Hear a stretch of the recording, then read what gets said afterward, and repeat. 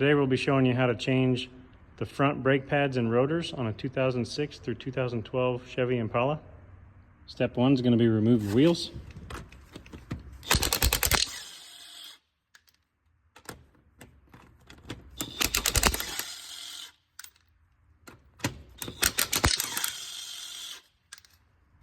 Take this off.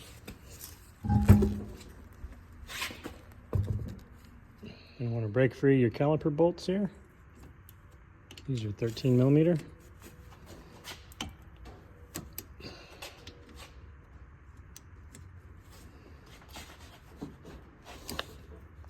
Sometimes if there's enough play in your brake line, you can take one loose and one out, and you can pivot the caliper assembly.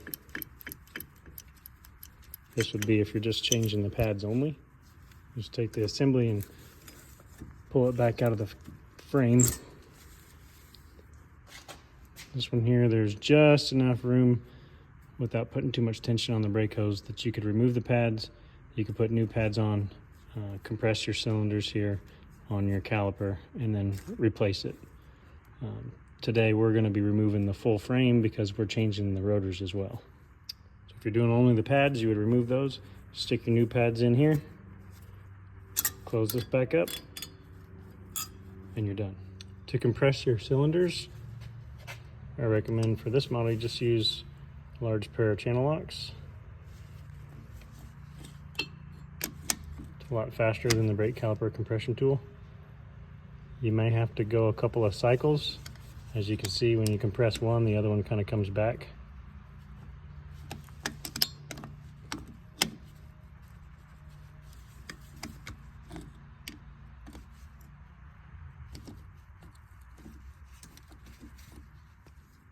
To get your pads loaded in, you can replace that bolt and tighten down these two 13 millimeters.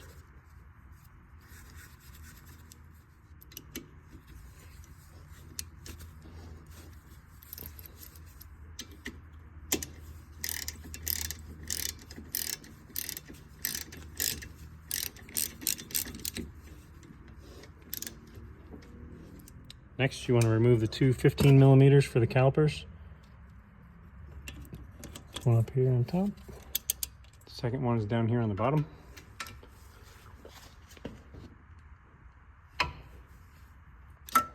As you remove those two 15s, this whole assembly is going to come loose. You're going to want to put a hanger in here and either hang it up off of the strut, spring, or find a slot in the frame.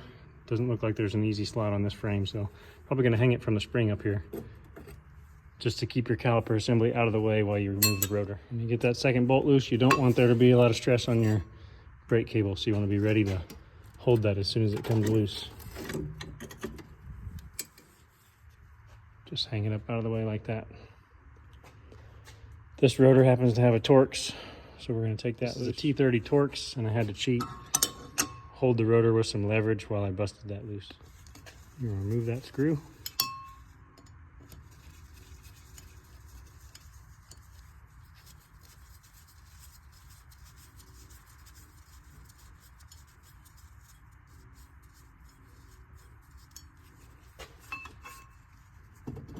If your rotor's stuck, you can smack it with a hammer because you're replacing it, so it doesn't matter if you bend it. You just find the area where there is no brake dust shield, and that's where you tap.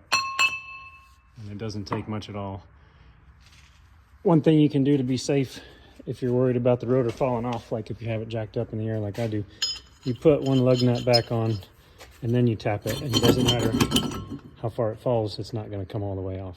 Make note where that set screw came out. And install the new rotor.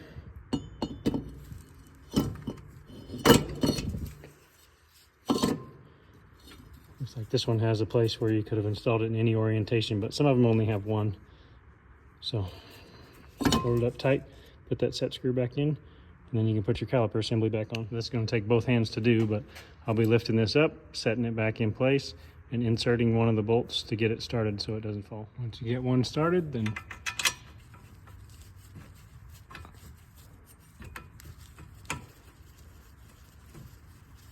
start the second one, tighten them both down.